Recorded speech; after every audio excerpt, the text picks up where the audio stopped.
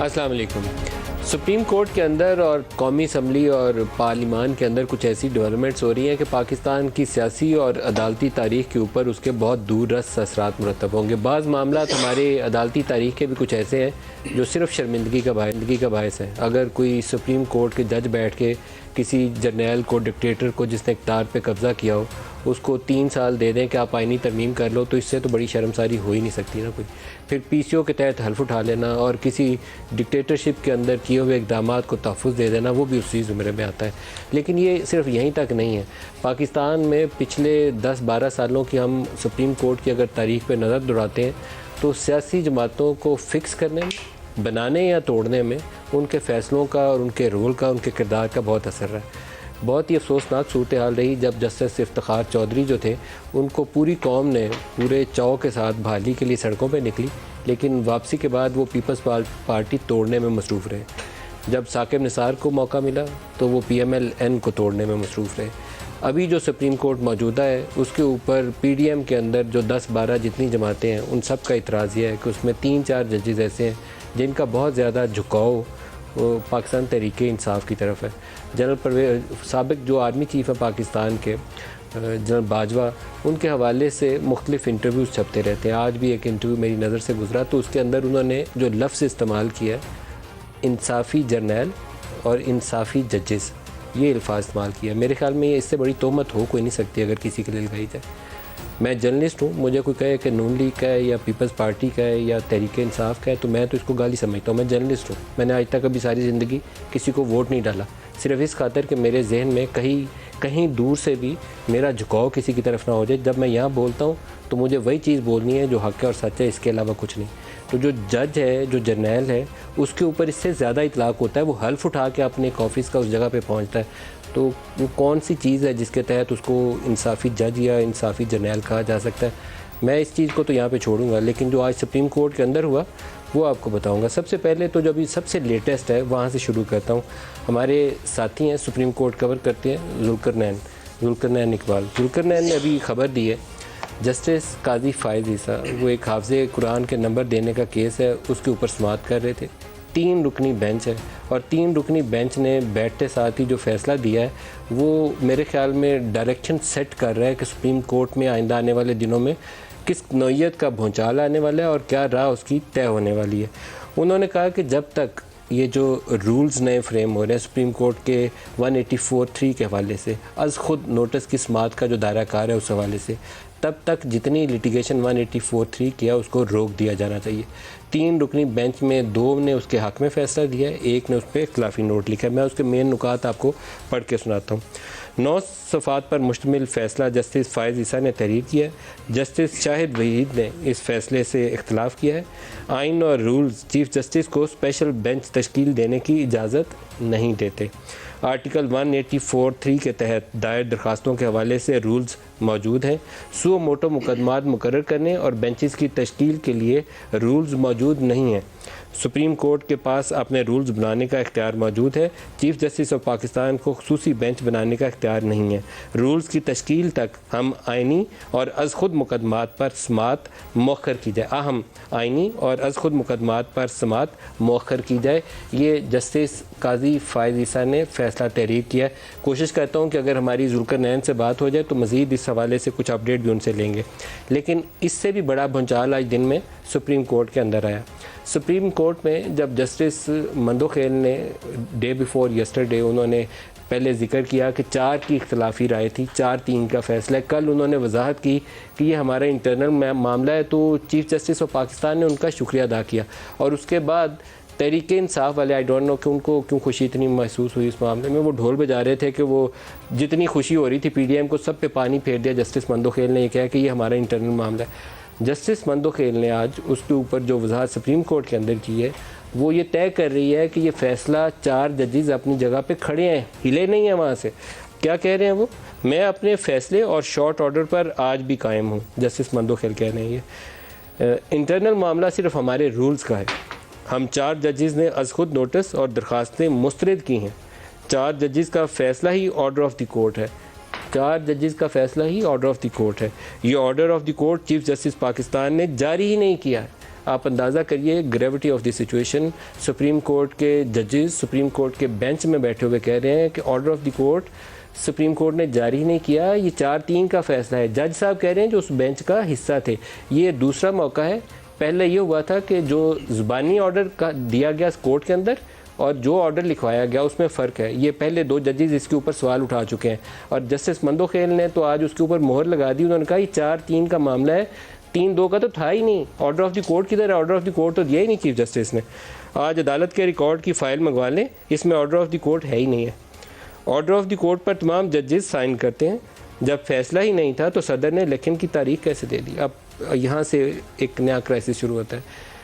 Election commission نے خط لکھا ہوا ہے, صدر سے مشاورت کی ہوئی ہے اسی آرڈر کی روشنی میں, اور جسٹس مندوخیل کہہ رہے ہیں ہم نے تو 4-3 سے ڈسمس کیا ہوا ہے. کس اصول کے تحت آپ نے مشاورت کی؟ صدر نے کس طرح تاریخ دی؟ جب آرڈر آف دی کورٹ آیا ہی نہیں تو الیکشن کمیشن نے عمل کیسے کیا؟ ممکن ہے کہ فیصلہ سمجھنے میں ہم سے غلطی ہوگی. الیکشن کمیشن کے وکیل نے کہا ہو سکتا ہے کہ ہم سے غلطی ہوگی ہو. کیا مختصر حکم نامے میں لکھا ہے کہ فیصلہ 4-3 کا ہے؟ جسٹس منیب اختر نے ان سے سوال کیا. کھلی عدالت میں 5 ججز نے مقدمہ سنا اور فیصلہ دے کر دستخط بھی کیے. یہ بھی جسٹس منیب کہہ رہے ہیں. آگے سنیے, اختلافی نوٹ میں واضح لکھا ہے کہ جسٹس یحییٰ آفریدی اور جسٹس عطر منیلا کے فیصلے سے متفق ہیں. جسٹس جمال مندوخیل اور جسٹس منصور نے یہ لکھا تھا. تو یہ 4 کی تعداد ہو جاتی ہے. کیا جسٹس یحییٰ آفریدی اور جسٹس عطر منیلا کے فیصلے ہوا میں تحلیل ہو گئے؟ جسٹس مندوخیل کہہ رہے ہیں. اب اس کے بعد اگر کوئی پاکستان میں لیگل مائنڈ ہے اور اس چیز کی کوئی مجھے جواب وہ دے سکتا ہے تو میں اس کا بڑا شکر گزار ہوں گا. یہ ایک ریئل کرائسس ہے, ریئل سپلٹ ہے, کانسٹیٹیوشنل بھی ہے, لیگل بھی ہے, اور ہائیسٹ لیول عدالت عظمیٰ کے لیول کے اوپر ہے. جو ہمارے ساتھ مہمان ہیں انہی سے شروع کرتے ہیں اور ان سے پوچھتے ہیں کہ یہ کرائسس ہمیں کس طرف لے کے جائے گا. لیکن ایک چیز طے ہے, گا پھر کچھ جڑے گا, اس کے بغیر ہم آگے بنیں گے نہیں. پہلے کچھ ٹوٹے گا اور ہو سکتا ہے کہ بہت سے ہیڈز رول ہوں, اس کے علاوہ شاید آگے بڑھنے کا راستہ ہمیں ملے گا نہیں. جس طریقے سے پارلیمان کام کر رہی ہے اور جس طریقے سے سپریم کورٹ میں کچھ عرصے سے کام ہو رہا ہے اور جس طریقے سے ہماری اسٹیبلشمنٹ نے پچھلے کچھ عرصے سے آپریٹ کیا ہے. اسٹیبلشمنٹ نے تو خیر 75 سال کی پوری تاریخ ہی اس کی یہی ہے کہ وہ سیاسی اتحاد بنواتے بھی رہے ہیں, توڑاتے بھی رہے ہیں. آئی جے آئی کا زمانہ ایک مثال تھی, عمران خان کی حکومت بنانا دوسری اس کی شکل تھی. لیکن کیا ہم ایسے آگے بڑھ سکتے ہیں؟ تو میرا تو اس میں جواب ہے نہیں. اس کے لیے ہمیں نئے رولز آف دی گیم وضع کرنے پڑیں گے اور اپنا اپنا کام کرنا پڑے گا. جو ہمارے ساتھ مہمان شخصیات ہیں آج اسٹوڈیوز میں, شعیب شاہین صاحب ہیں, معروف ماہر قانون ہیں, حسن رضا پاشا صاحب ہیں, ماہر قانون ہیں, عابد شیر علی صاحب ہیں, پی ایم ایل این کے سینئر رہنما ہیں. سب کو خوش آمدید کہتا ہوں. حسن رضا صاحب, سب سے پہلے تو آپ فرمائیے, یہ جو جج ہیں یہ آمنے سامنے کھڑے ہیں اور فائز عیسیٰ صاحب کے آرڈر نے تو وہ اس کو 2 چند کر دیا, اس مسئلے کو کھل کے سامنے آ گیا. کیا بنے گا یہ؟ دیکھیں, اس کا ایک ہی حل جو ہم پہلے دن سے کہہ رہے ہیں وہ ہے full court. P T I کے کئی دوستوں کو ہم نے ہاتھ باندھ کے کہا کہ آپ کیوں ریلیکٹنٹ ہیں کہ فل کورٹ نہ بنے. ایگو کے مسئلے ہیں, لائکنگ ڈس لائکنگ جہاں پہ باہر ہو رہی ہے وہاں پہ سپریم کورٹ میں بھی ایک بڑا سٹرونگ قسم کا ایشو بن چکا ہے. اور آپ دیکھیں کہ مخصوص کیسز کے لیے مخصوص بینچز. دوسرا فریق اعتراض کر رہا ہے کہ یہ جناب یہ ان کو کیوں آپ رکھتے ہیں. اور ہم نے 32 سال میری پریکٹس ہو گئی ہے, ہم نے ہائر کورٹس میں یہی دیکھا ہے کہ اگر کسی فریق نے کسی معزز جج پہ عدم اعتماد کا اظہار کیا تو وہ جج از خود علادہ ہو گئے بینچ سے. انہوں نے کہا کہ میں نہیں سنتا, کیس ریفر کر دیا کسی اور بینچ کو. آخر کیوں ناگزیر ہو گئے؟ کیا اس ادارے کی سالمیت کسی کو کوئی اس کی ضرورت نہیں ہے؟ اس کی بے توقیری اسی طرح ہوتی رہے. یہ ہے آج بھی بحیثیت ادارہ پاکستان بار کونسل, کل ہم نے پریس ریلیز جاری کی اور اس میں بھی یہی گزارش کی آنریبل چیف جسٹس صاحب کے پاس کہ آپ فل بینچ کانسٹیٹیوٹ کریں. اس وقت سر یہ جو اعتراض اٹھایا گیا ہے اس کی کیا وجوہات ہیں کہ بینچ تشکیل چیف جسٹس نہیں کر سکتے, 1 مین شو نہیں ہو سکتا؟ میں نے اتنے اسٹرانگ ورڈز کبھی آج تک سٹنگ چیف جسٹس کے لیے ساتھی ججی سے نہیں سنے. یہ آئی ہے سپریم کورٹ کے اندر سے آواز, لیکن اس سے پہلے سپریم کورٹ سے کے باہر سے یہ آوازیں آ رہی ہیں. میں پہلے اندر والی آواز بینچز کی تشکیل سپریم کورٹ کے اندر سے فائز عیسیٰ پہلے بولے جی, پھر 2 ججز نے تحریری آرڈر 27 صفحے کا دے دیا, پھر مندوخیل نے آج پھر بول دیا. یہ کیوں آواز آئی ہے؟ یہ اس لیے کہ صورتحال جو سامنے نظر آ رہی ہے. مثلا ہمارے ایک دوست نے ریسرچ کی ہے سپریم کورٹ کے وکیل ہیں, انہوں نے یہ ریسرچ کی ہے کہ ایک معزز جج صاحب 73 اہم نوعیت کے کانسٹیٹیوشنل کیسز کے بینچز میں شامل ہوئے ہیں. ایک جج صاحب 73 میں, اور ایک اور جج ہیں جو ان سے سینئر ہیں, وہ صرف 3 اہم نوعیت کے کیسز میں بیٹھے ہیں. یہ جو 3 والے ہیں یہ سینئر موسٹ ہیں جو نیکسٹ چیف جسٹس بننے والے ہیں. آپ اندازہ لگا لیں, قاضی فائز عیسیٰ اور اعجاز الحسن کا آپ موازنہ کر رہے ہیں, یہ آپ دیکھ لیں. یہ ایک کرائسس ہے. یہ دیکھیں, اب ایک چیز پتہ نہیں قاضی صاحب کیا کرتے ہیں کیا نہیں کرتے. کیا اس سے پہلے اعلیٰ عدلیہ کی یہ روایات نہیں تھیں کہ سینئر پیونی جج ہر اہم مقدمے میں بینچ کا حصہ ہوتا ہے؟ شعیب صاحب سے پوچھتے ہیں. شعیب صاحب, یہ عام طور پہ آج اسلام آباد میں لوگوں سے پوچھیں نا تو وہ کہتے ہیں یہ 17 نہیں ہے, یہ 13 اور 4 ہے تقسیم اس وقت سپریم کورٹ کے ججز کی. اور یہ جو ججز نے اندر عدالت سے بیٹھ کے بولا ہے, یہ سن کے تو آپ کو بھی خوف آیا ہوگا اور مجھے بھی آیا ہوگا. کیا واقعی اتنی بڑی سپلٹ ہو گئی ہے سپریم کورٹ کے اندر؟ دیکھیں, سپلٹ تو ہر زمانے میں رہی ہے, ڈفرینس آف اوپینین ہمیشہ ہوا کرتا ہے ججز کے درمیان. اگر میں جب سے سپریم کورٹ میں گیا ہوں تب سے میں نے دیکھا ہے, صرف ایک پیریڈ بیچ میں آیا تھا جب آپ کہہ سکتے ہیں وہ افتخار محمد چودھری کا ریسٹوریشن والا, نہیں افتخار چودھری بھی اور ثاقب نثار کے وقت, ثاقب نثار کے زمانے میں بھی سپلٹ تھا. افتخار چودھری صاحب کے زمانے میں تھا, یونانیمس ڈیسیژن آتا تھا 17. جتنا زمانے میں افتخار محمد چودھری صاحب رہے, صرف ایک کیس میں ڈفرینس آف اوپینین دی تھی جسٹس اعجاز افضل صاحب نے, باقی کبھی ڈفرینس آف اوپینین آئی نہیں ہے. اس کے پیریڈ کو اگر آپ چھوڑ دیں, باقی ہر زمانے میں سپلٹ رہا ہے, ڈفرینس آف اوپینین بھی رہی ہیں.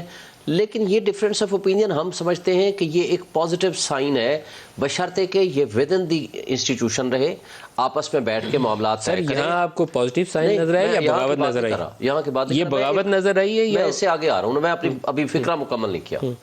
میں یہ کہہ رہا ہوں یہ ایک پازیٹیو سائن ہے جب ڈفرینس آف اوپینین ججمنٹ میں بھی آتی ہے یا کیسز میں بھی آتی ہے یا کسی بھی ایشو پہ آتی ہے.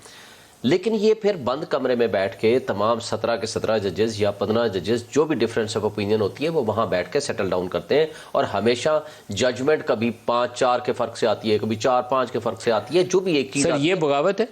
میں اس کو بغاوت تو نہیں کہتا, لیکن اس کو بھی میں ایک ویک اپ کال ضرور کہتا ہوں. جو مطالبہ ہم بار ایسوسیشن اور بار کونسل سالہ سال سے کرتے رہے ہیں کہ اس پہ آپ سٹرکچر ڈسکریشن ایکسرسائز کریں, یہ صرف سپریم کورٹ تک. سر یہ بغاوت سے کم کیوں آپ اس کو سمجھتے ہیں؟ اس کو میں بغاوت سے کم بغاوت نہیں سمجھتا, اس لیے کہ جج صاحبان کی ایک رائے ہوتی ہے اور بڑی پازیٹیو رائے ہوتی ہے, اور اس کے نتیجے میں جب سپریم کورٹ رولز امینڈ ہوں گے, سارے 17 ججز بیٹھیں گے, وہ یہ خود بناتے ہیں under article 191 of the constitution rule making body جو ہے وہ سپریم کورٹ کے تحت ہے. ہمارے وہ خود ہمارے کورسپونڈنٹ ذوالقرنین اقبال ہمارے ساتھ ہیں. ذوالقرنین بہت شکریہ, آپ ہمارے ساتھ شامل ہو رہے ہیں. آپ نے ایک بڑی اہم خبر دی ہے کہ جسٹس فائز عیسیٰ نے کہا ہے کہ 184(3) کے نیچے جتنے مقدمات ہیں ان کو روک دیا جائے جب تک ان کے رولز کا تعین نہیں ہو جاتا. تھوڑی سی وضاحت کریں گے اس کی؟ ملک صاحب, یہ بھی فیصلہ آیا جسٹس قاضی فائز عیسیٰ کا. یہ آپ کو یاد ہوگا ایک مقدمہ تھا جس میں حافظ قرآن جو تھے ان کو MBBS پر 20 اضافی نمبر ملتے تھے. اس پہ نوٹس لیا گیا تھا جو 14 مہینے کے بعد سماعت کے لیے مقرر ہوا تھا اسپیشل بینچ کے سامنے. اس پر جسٹس فائز عیسیٰ نے یہ اپنا تحریری فیصلہ دیا جس میں انہوں نے کہا ہے کہ 184(3) کے تحت 3 کیٹیگریز ہوتی ہے مقدمات کی. ایک وہ کہ آئینی درخواست دائر کی جاتی ہے, دوسرا سو موٹو, اور تیسرا کوئی اہم آئینی نوعیت کا معاملہ ہے جو سو موٹو یا درخواست کسی بھی صورت میں سامنے آ سکتا ہے. فیصلے میں ان کا یہ بھی کہنا ہے کہ صرف جو پہلا کیٹیگری ہے یعنی آئینی درخواست دائر کرنے کے حوالے سے, اس کے حوالے سے رولز موجود ہیں کہ اس میں بینچ کیسے تشکیل ہوگا اور اس کو آگے فردر کیسے لے کے چلا جائے گا. سو موٹو کے حوالے سے انہوں نے کہا کہ اس حوالے سے کوئی رولز موجود نہیں ہے, اس لیے جو باقی 2 کیٹیگریز ہیں چاہے وہ آئینی اہمیت کے مقدمات ہوں یا پھر جو خود نوٹس ہوں, اس کے حوالے سے انہوں نے کہا کہ جب تک رولز نہیں بن جاتی under article 191 of the constitution تب تک ان کی سماعت کو روکا جائے. اس بینچ کے ایک رکن تھے جسٹس شاہد وحید, انہوں نے اس فیصلے سے اختلاف کیا. انہوں نے کہا کہ یہ معاملہ سرے سے عدالت کے سامنے اس کیس میں تھا ہی نہیں جس کے اوپر فیصلہ سپریم کورٹ کی جانب سے. آپ کی خبر کے اندر یہ بھی ہے کہ جج صاحب نے کہا ہے کہ یہ جو پیمرا نے پابندی عائد کی ہے ججز کے کنڈکٹ کے اوپر میڈیا پہ بات کرنے پہ, تھوڑی سی اس کی وضاحت کریں, وہ کیا بولا جج صاحب نے؟